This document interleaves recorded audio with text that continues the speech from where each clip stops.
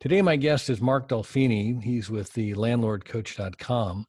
But before we get started real quick, I just want to remind you, if you like the show, please let us know. We'd love to hear from you. You can do this. You can either like, you can share, you can comment, and subscribe. And also, I want to let you know that we do have a YouTube channel.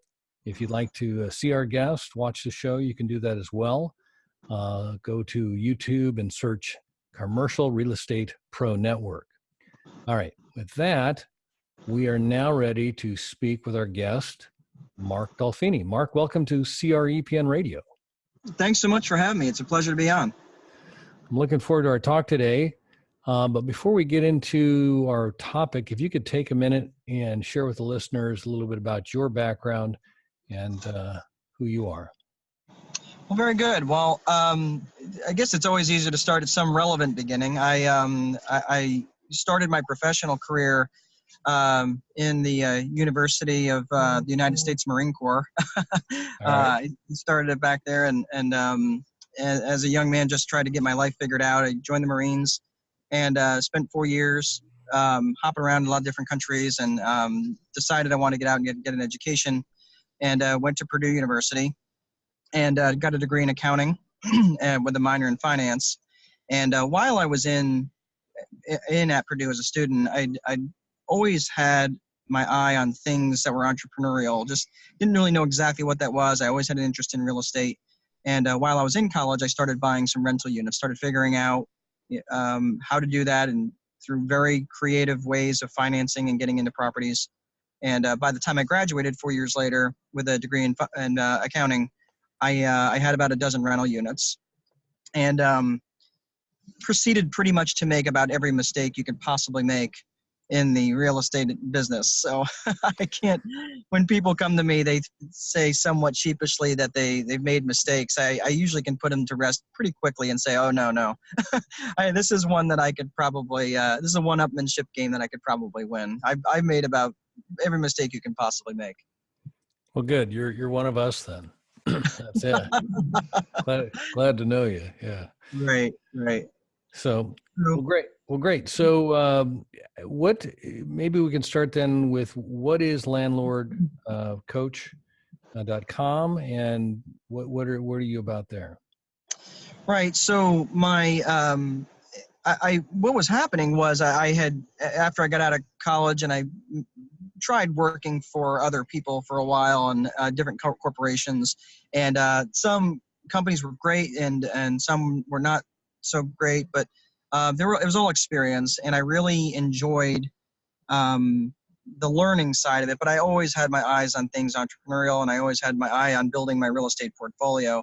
So I got to a point where I decided I was going to try to take the plunge, do it all full time, and see how that worked out. Skipping ahead, I managed to get to a point where I had 92 rental units, which was just about $6 million worth of real estate. And I did it all by myself. I mean, I didn't have a staff. I didn't have a crew. I was doing all the leasing, the showings, everything from maintenance. And single families, or were they multi or both? Or most of them were single family. So I had, I would say the mix was probably about 90-10. So I had a couple multi-families, but most of them were single family dwellings. And I did it. I did it all by myself, and I did it horribly. And I could do anything, and that's the problem with the entrepreneur, is that you can do anything, but the problem is I didn't realize that I shouldn't be. And even just because I could do something did not mean it was the highest and best use of my time. So it was only a matter of time before the wheels came off the wagon, and 2008 was pretty much devastating to everybody, and I was no exception from that. Not only was I was just very heavily leveraged, not only financially, but very heavily leveraged in my time. And that became that became really the beginning of the end for, at least for as far as that was concerned. So long story short, I was working 20-hour days and trying to keep things going. And my monthly revenues were around $65,000 a month. Then the labor market fell apart, and that went down about $30,000 a month, and that lasted month over month over month. And I couldn't I couldn't weather that storm. It was just too much, no matter how much savings. The savings was gone in about 45 days. And I lost, I had $6 million portfolio, like I mentioned, and I lost about $4.5 million practically overnight. So, Wow. Wow. so after I went through all that, and I was working myself literally to death, I got double pneumonia and landed in the hospital for 3 days, just trying to keep all the balls in the air. And it was terrible. It was a really, really bad time for me. So I got smart, and decided that I needed some structure. I needed some infrastructure. I needed to do things differently, because the way I had it going was just not sustainable. I mean, it was just not going to work out the way I had it going. Wow. Now, it sounds like you definitely had the highs and lows of what is known as the real estate crash there. I mean, that's sort of the cycle there, I guess, huh? It really was. And so part of the getting smart, I ended up getting my broker's license, and I did start doing some management of properties on the side, as well as some maintenance and things like that. It was just doing whatever I could, clawing at the mud, just trying to figure out how to make it work. And I am lucky where I'm handy, so I can fix a lot of things. But that's really what kind of helped me get out of that. And I didn't declare bankruptcy, although many thought that I should have. But I didn't declare bankruptcy because I just didn't think that was the right way to get out of this. And I'm glad I didn't. I'm glad I did not do that, even though I'm still dealing with some lingering effects of that. But now that I was serving another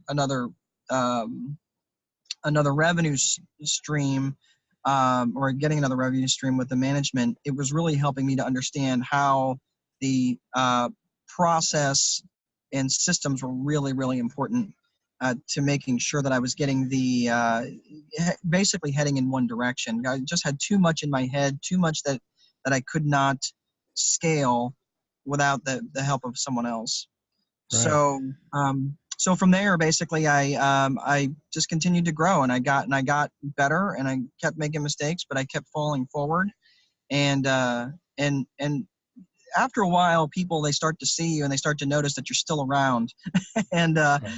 so in my property management business, and which also manages a lot of my own personal properties, I was getting a lot of people that were coming to me saying, hey, Mark, about that. About that business that you have. And I'm like, yeah, what about it? And they were like, well, tell me more about that. I'm thinking, okay, so now I'm thinking, like, where's this going? And of course they're like, yeah, I want to pick your brain and see what you can tell me about real estate. I'm thinking, man, I've got 20 years of mistakes. I don't know that I want to trade that for a cheeseburger. So I started the Landlord Coach, because there are a lot of people out there that I realize that are really, really hurting. And teaching is really something that just it really helps.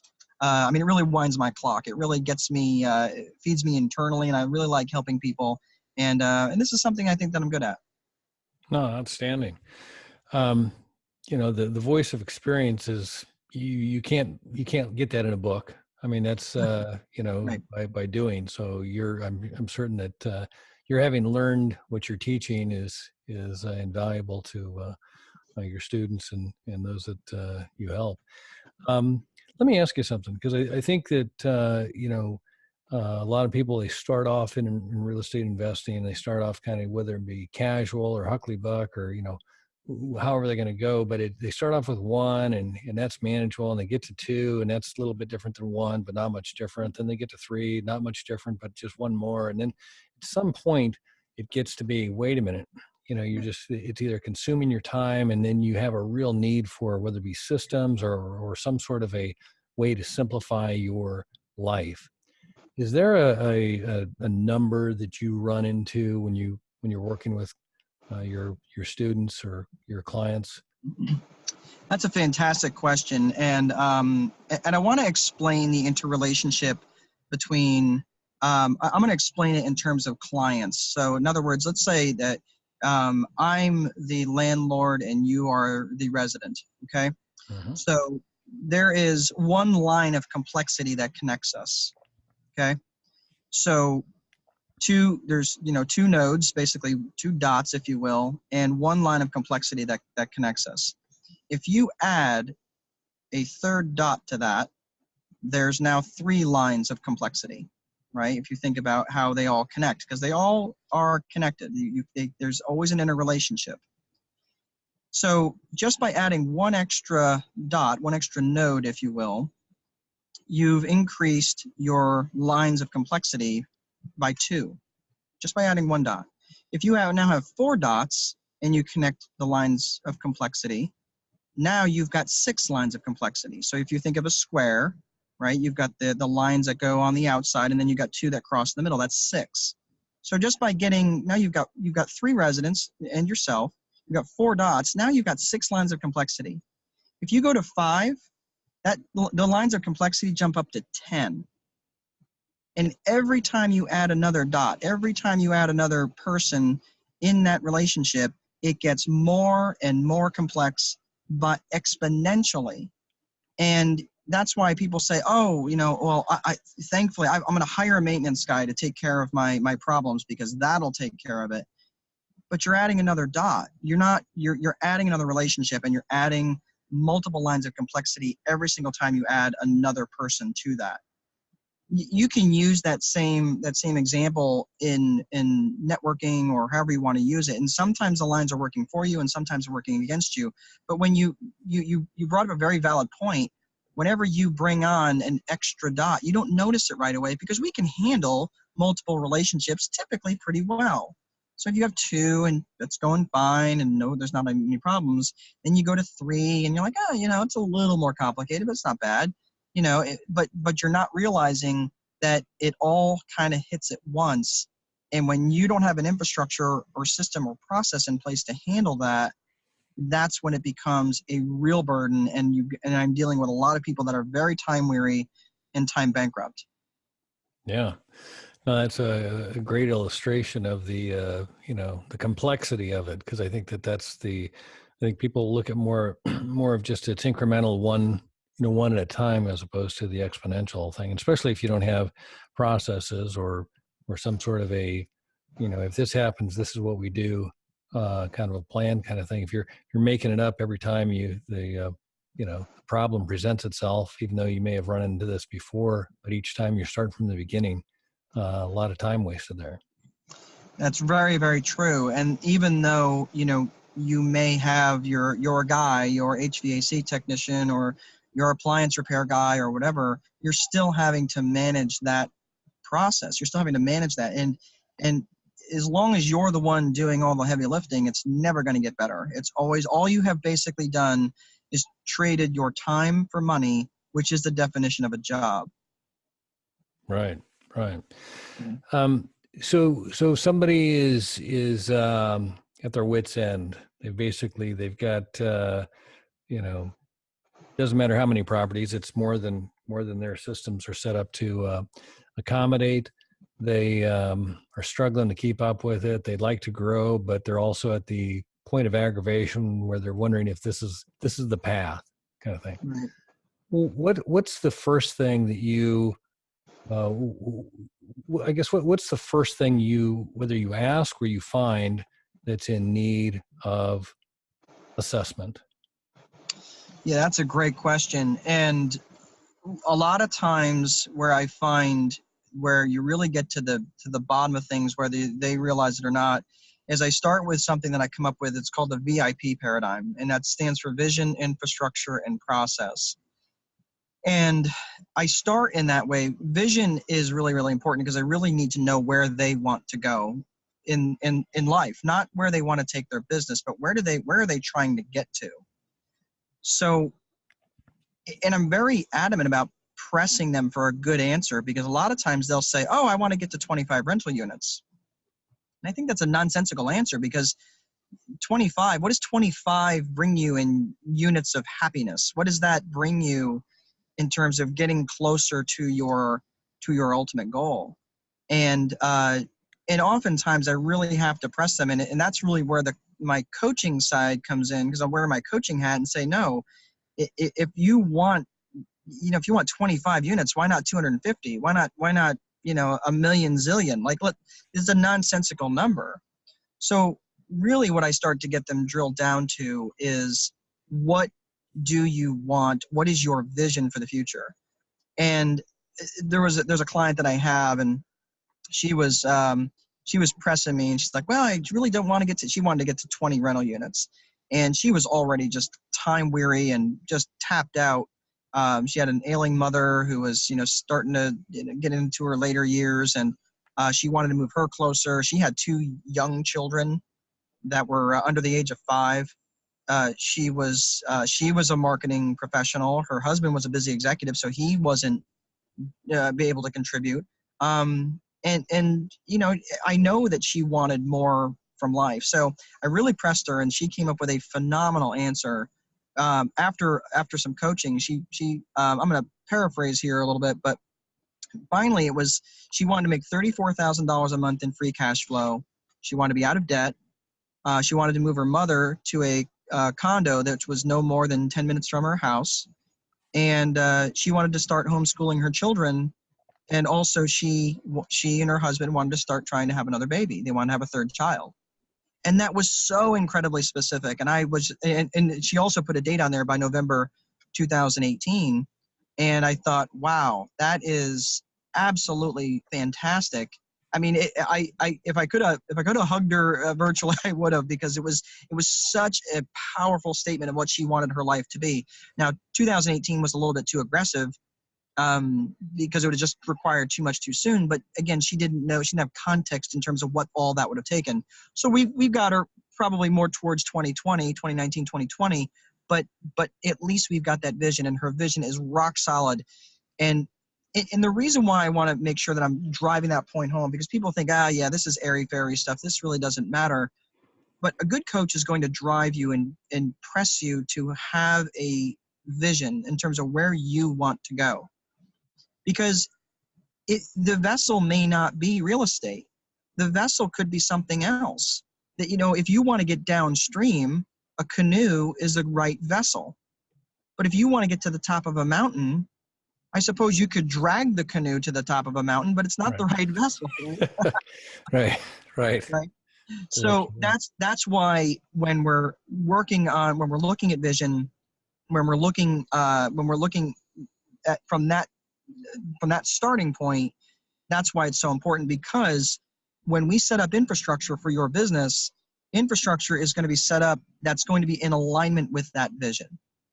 So in this particular case, let's say for argument's sake that your vision is to sit on the beach all day for a month solid, visiting with your family and doing that.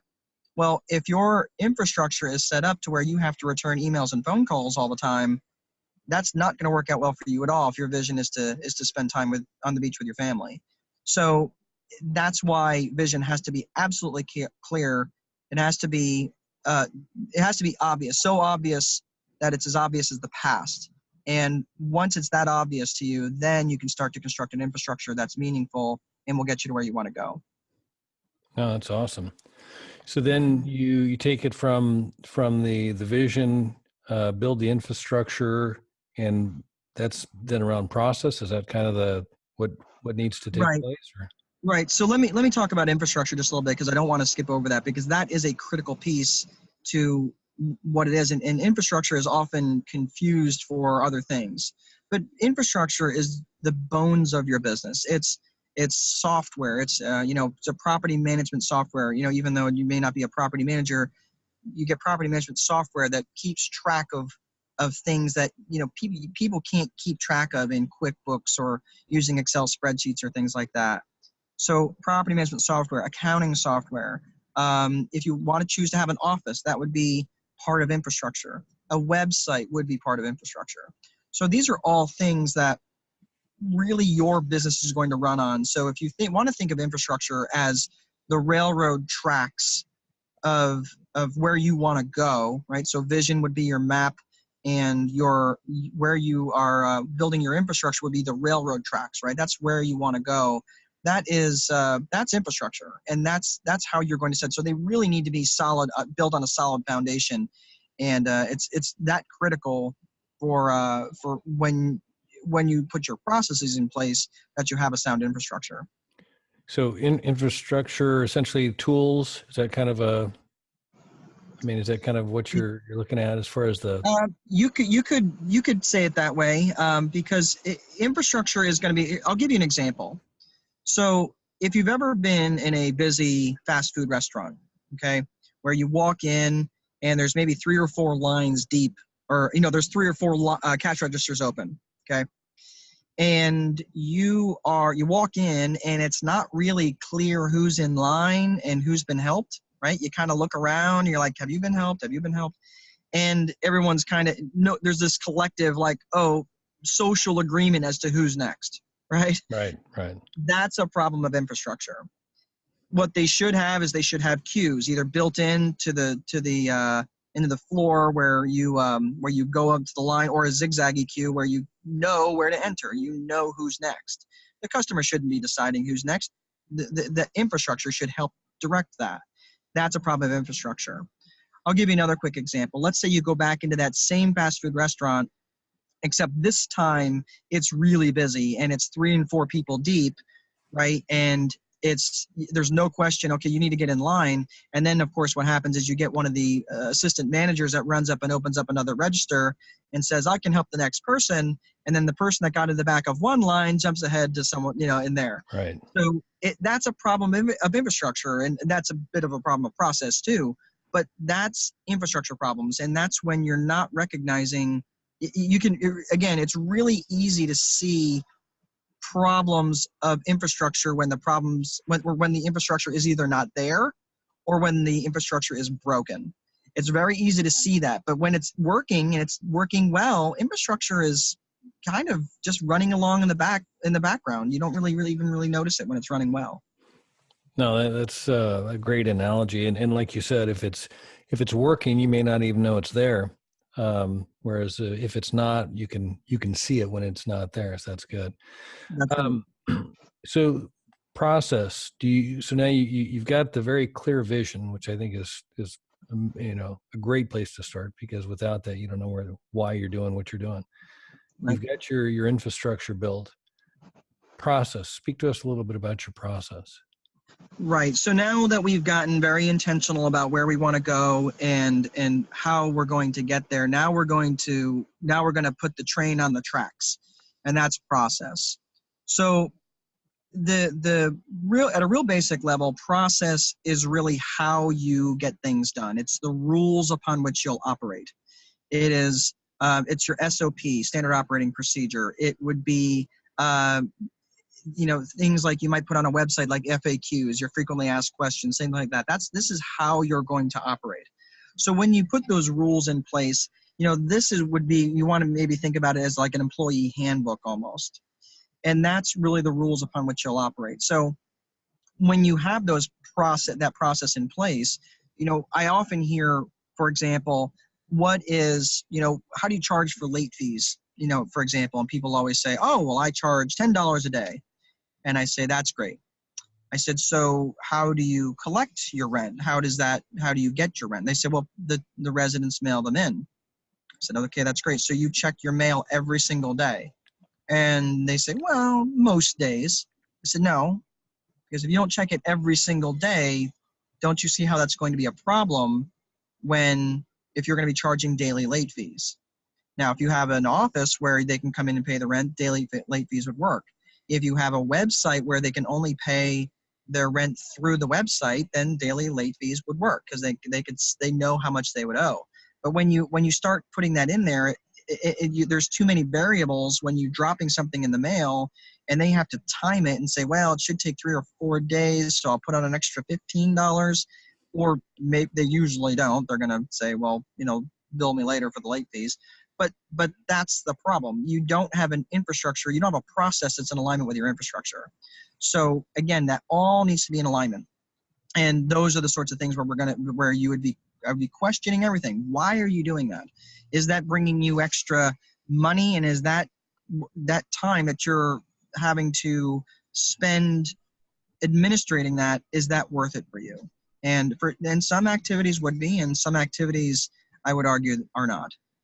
No, that's a great point, because anybody who's been in this for any time has certainly experienced the one tenant who always uses their own rules, or Yep. finds out you're flexible and takes it a little further, a little further, a little further. So that's correct. That's great. Let me ask you this, because I think there's a fair amount of the listeners who are interested in more commercial properties and multifamily, et cetera.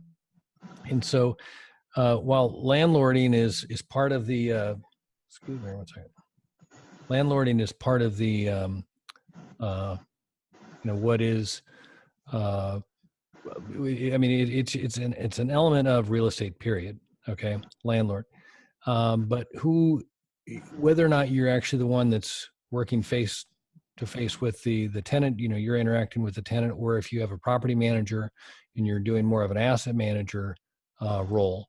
I was wondering if you could speak to that, more from rather than being the one that's in direct contact, but with, what tools that an asset manager or understanding an asset manager should look to have.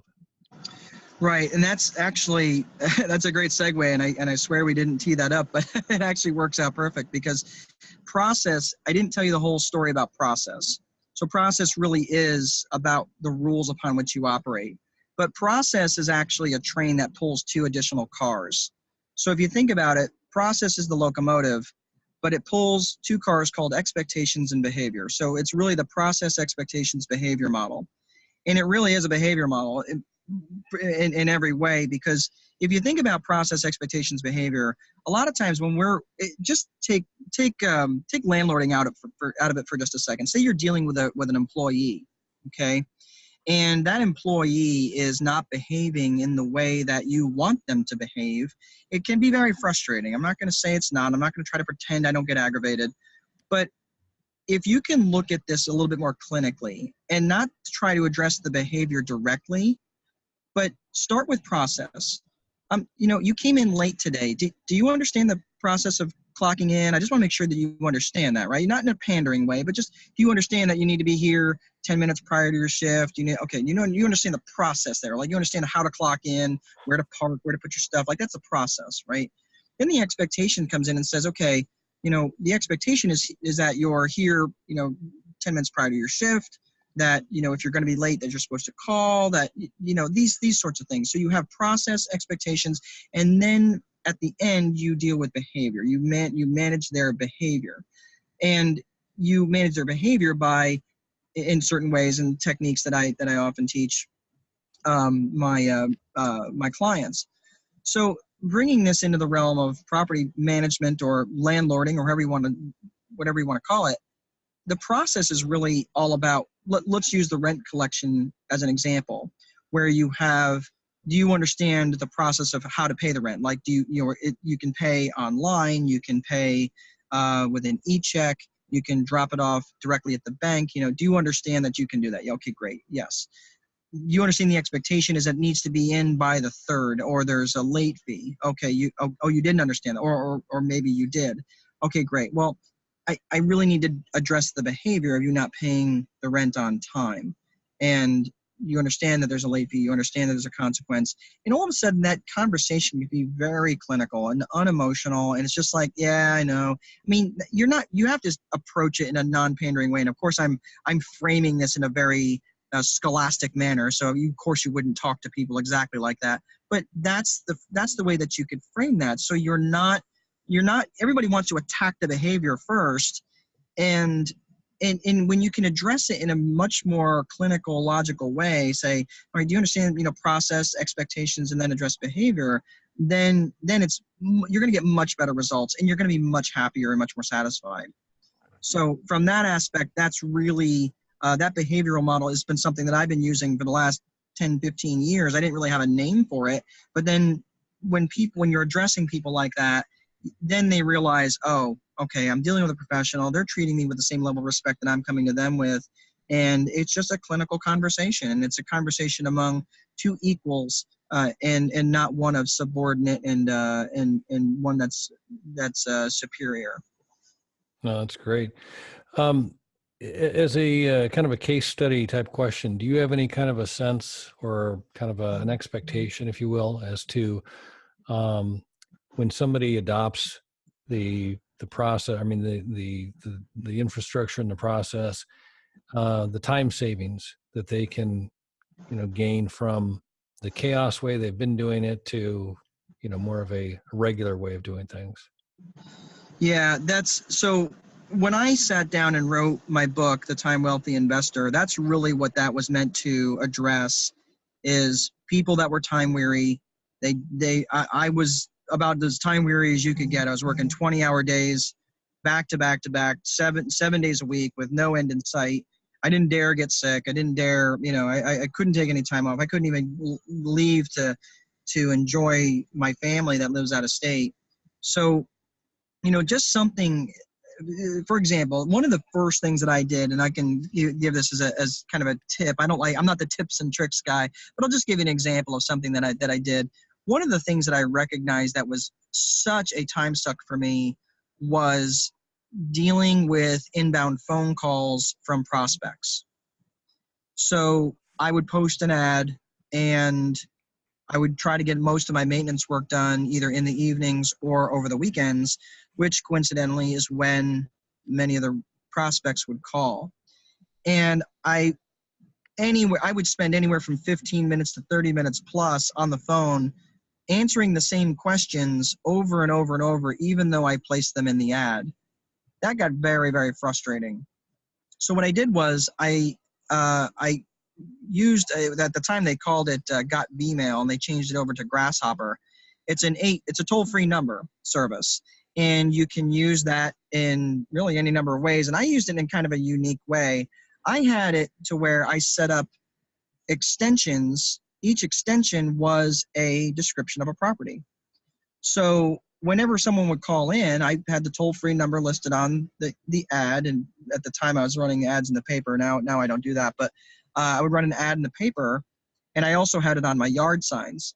So people would call this toll-free number, and then they would listen to the description, and then at the end of the description, they could press 0, which would route the call directly to me. And of course, I could also limit to when those calls came through, so it wasn't in the middle of the night either, so they didn't have my cell phone.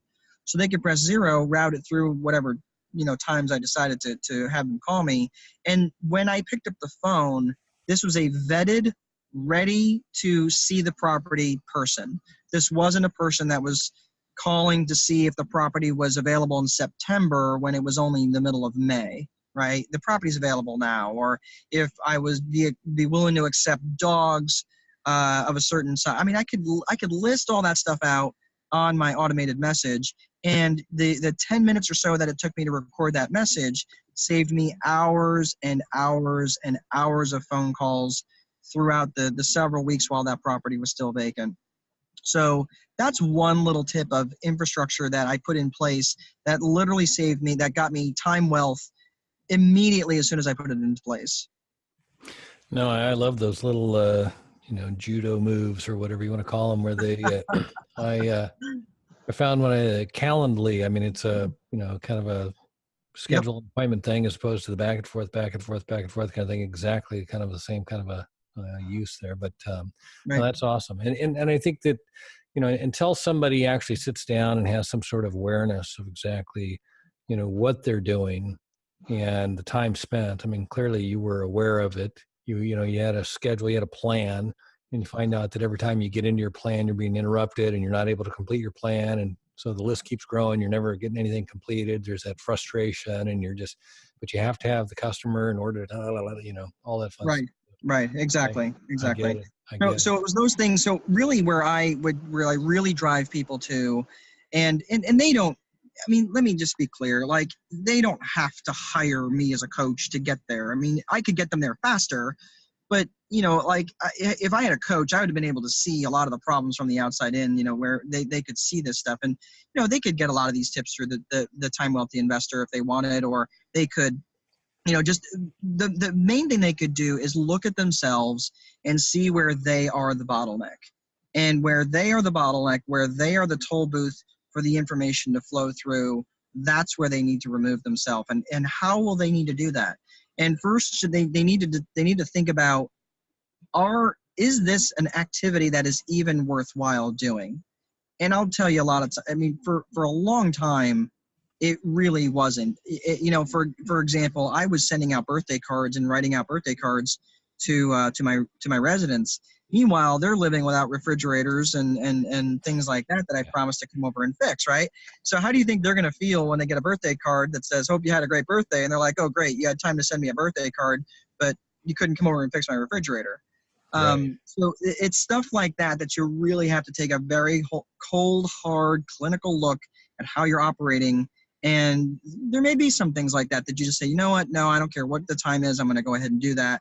But you really at some point have to cut the fat and make sure that you're providing a good business and good service for your customers. And that's the problem, is most of the investors that I run into are not treating it like a business. They're treating it like a side hustle, and that's a problem. No, that's so true. And I think with that, if you do want to grow it, you've got to treat it as a business. I mean, that's just eventually there's only so much side hustle energy, or you're going to get to this point where you either instill infrastructure and process and systems, or you won't be able to grow. I would think would be kind of the right. You'll be constrained by the node example that I talked about earlier, and it stops becoming fun. Yeah. At some point, when you're there on a Saturday night, maybe with your spouse, and she's scrubbing the toilet and you're trying to paint the ceiling, and that's not fun anymore. I mean, it's okay for a while, and you have to do some of that until you get to a point, until you learn where really your highest and best use of your time is. But you got to fire yourself task by task as quickly as you possibly can. And you have to bake that stuff in the cake in advance of buying these properties and investing. Because if you're going to say, well, we're just going to do all the work and we're going to do all the everything, not everybody's cut out for landlording. I mean, some people just don't have the right personalities for it. Like my sister's a CPA and very, very smart woman. And she's not really, I wouldn't say confrontational, but she would just be, she would be terrible at it. And she would admit that. She would, right. We recently had to sell our mom's house, and we're looking at the option of renting it. And I live out of state, so that's just something I'm thinking, well, I don't know that would be a good idea for my sister to manage. And she admits that's just not for her, even though I could easily set up infrastructure and process for her, but it's just not in the cards for her. So, but that doesn't mean that you should also shy away from it too, because you can leverage a lot of that stuff and a lot of that that infrastructure using virtual assistants and other people as well. No, that's true. I mean, the world is more connected now than ever. But again, if you don't take advantage of some of these tools and essentially assess your time and prioritize it, you'll make your life hell. So that's right. Great. Exactly. That's good. Mark, this has been a lot of fun and full of information. Where can the listeners go to find out more and connect with you? Well, any of your listeners, I would be happy to have a free 30-minute consultation. I don't charge for those because, quite frankly, a lot of times it's just a question of maybe getting them in the right direction, and they can either buy my book or don't buy it. It is available on Audible. So if they're more of an audio type book person, then they can do that if they find themselves in the car quite often. But just go to landlordcoach.com, and there's a section in there where they can reach out to me and sign up for a free 30-minute coaching session. I'd be more than happy to chat with them and see what I can do to help them out. Great, and I'll put that in the show notes so everybody has the link there if they didn't hear that. Mark, thanks again for taking some time. I really appreciate you doing that. I've learned a bunch, and hope we can do it again soon. Yeah, it was great, Darren. Thanks so much, and to all your listeners, keep your foot on the gas. It gets better. All right. And for our listeners, if you like the show, share it with someone you know. Remember, the more you know, the more you grow. That's all we've got this week. Until next time, thanks for listening to Commercial Real Estate Pro Network's CREPN Radio.